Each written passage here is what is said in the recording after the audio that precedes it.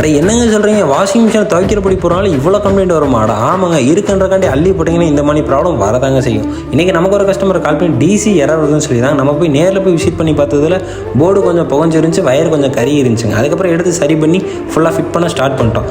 Cabinet அதுக்கப்புறம் உத்து பார்த்தோம்னா உள்ளே புறாமே துரு பிடிச்சிருந்துச்சு.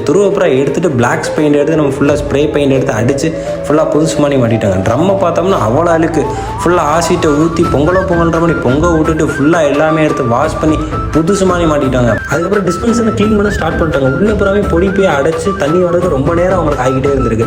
இதனால தான் பொடி நீங்கள் யூஸ் பண்ணுறது கொஞ்சம் அவாய்ட் பண்ணுங்க நான் சொல்கிறேன். லிக்யூட் யூஸ் பண்ணிங்கன்னா கொஞ்சம் பெட்டராக இருக்குங்க. இல்லைனா நீங்கள் 1/2 மணி நேரம் ஓடுற மிஷின் 2 மணி நேரம் ஆனாலும் 3 மணி நேரம் ஓடி முடியவே முடியாதுங்க, ஓடிக்கிட்டே தான் இருக்கும். அதுக்கப்புறம் வாஷிங் மிஷின் துருபிடிச்ச ஸ்கூல்லாம் தூர எரிஞ்சிட்டு நல்லா ட்ரம்முக்குள்ளே ஃபோம் ஸ்ப்ரே அடித்து தொடச்சிட்டு கேபினெட்டை ஃபோம் ஸ்ப்ரே அடித்து தொடச்சிட்டு நீட்டாக புதுசு மாதிரி மாட்ட ஸ்டார்ட் பண்ணிட்டோங்க. ஃபைனலாக நம்ம ஃபுல் சர்வீஸ் பண்ணி நம்ம கஸ்டமருக்கு புதுசு மாதிரி மிஷினை கொடுத்துட்டாங்க.